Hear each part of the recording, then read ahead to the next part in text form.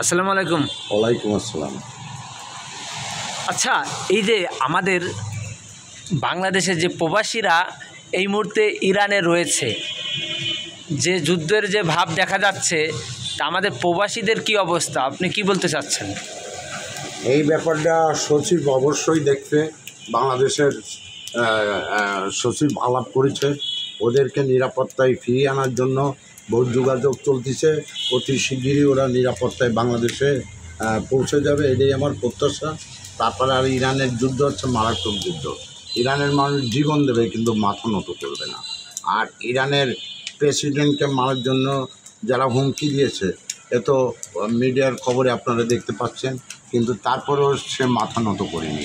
তাকে অনেক লোভ লালসা ভয়ভীত অনেক কিছু দিয়েছে, কিন্তু ইরানের প্রেসিডেন্ট কখনো মাথা নত করে না।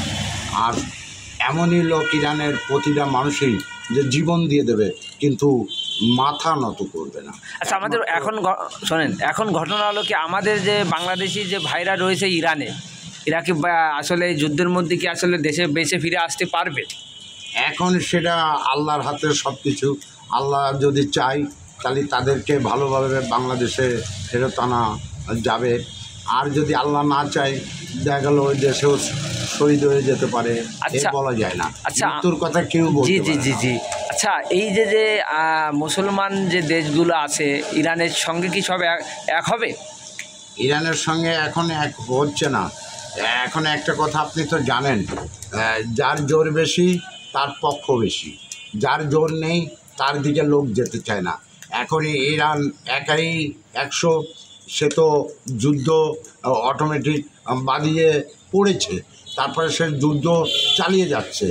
আর এই সারা দেশের মুসলমান যদি এক হয় তাহলে ইরানের পক্ষে যদি তারা সাপোর্ট দেয় তাহলে ইরানের আরও অনেক অনেক শক্তি 3 গুণ বেড়ে যাবে।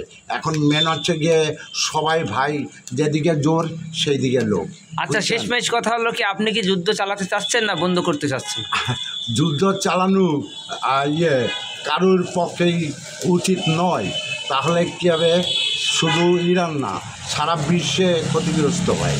আপনি জানেন তেলের দাম ইতিমধ্যে মিডিয়ায় একটা খবরে পেয়েছি যে তেলের দাম প্রথম বললো যে বাড়বে না, বাড়ার কোনো সম্ভব নেই, অথচ আজকের খবরে দেখলাম যে তেলের দাম যে কোনো মুহূর্তেই বেড়ে যেতে পারে। আচ্ছা, শেষমেশ আপনি চাচ্ছেন যে যুদ্ধটা বন্ধ হয়ে যাক? হ্যাঁ হ্যাঁ, আমি চাই যে কোনো দেশেই যুদ্ধ করা উচিত নয়, আর যুদ্ধ করা ভালো না। যুদ্ধর জন্য সাধারণ পাবলিক সৈনিক সবারই কষ্ট হয়, অনেক লোকে অনাহারেও মারা যেতে পারে। ধন্যবাদ। আপনারা দেখতে পারলেন, উনি আসলে ইরান এবং ইসরায়েলের বিষয়ে ভালো কথা বললো। আপনারা সবসময় লাইক শেয়ার দিয়ে আমাদের পাশে থাকবেন।